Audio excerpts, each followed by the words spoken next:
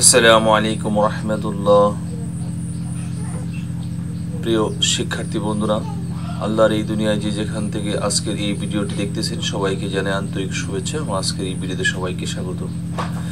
তো এসএসসি ও সমমান পরীক্ষার ফল 10 জুলাই দুপুর 2টায় প্রকাশ করা হবে।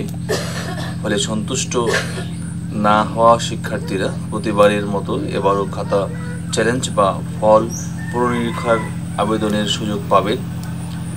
খাতা পুনর্নিরীক্ষণের জন্য SMS এর মাধ্যমে 11 জুলাই থেকে 17 জুলাই পর্যন্ত আবেদন করা যাবে। আবেদনের পদ্ধতি শিক্ষা বোর্ডগুলোর ওয়েবসাইট ও টেলিটকের মাধ্যমে জানা যাবে।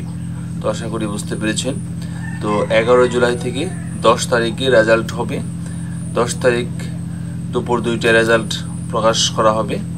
আর এটা 11 তারিখ থেকে অর্থাৎ পরের দিন থেকেই 17 তারিখ পর্যন্ত বোর্ড চ্যালেঞ্জ করা যাবে। ঠিক আছে, খাতা চ্যালেঞ্জ করা যাবে আবার ফল পুনর্নিরীক্ষণের আবেদন করতে পারবে তোমরা। তো আশা করি বুঝতে পেরেছ। তো আজকে ভিডিওটি এখানে শেষ করছি। ভালো থাকবে সবাই। আল্লাহ হাফিজ। আসসালামু আলাইকুম রহমতুল্লাহ।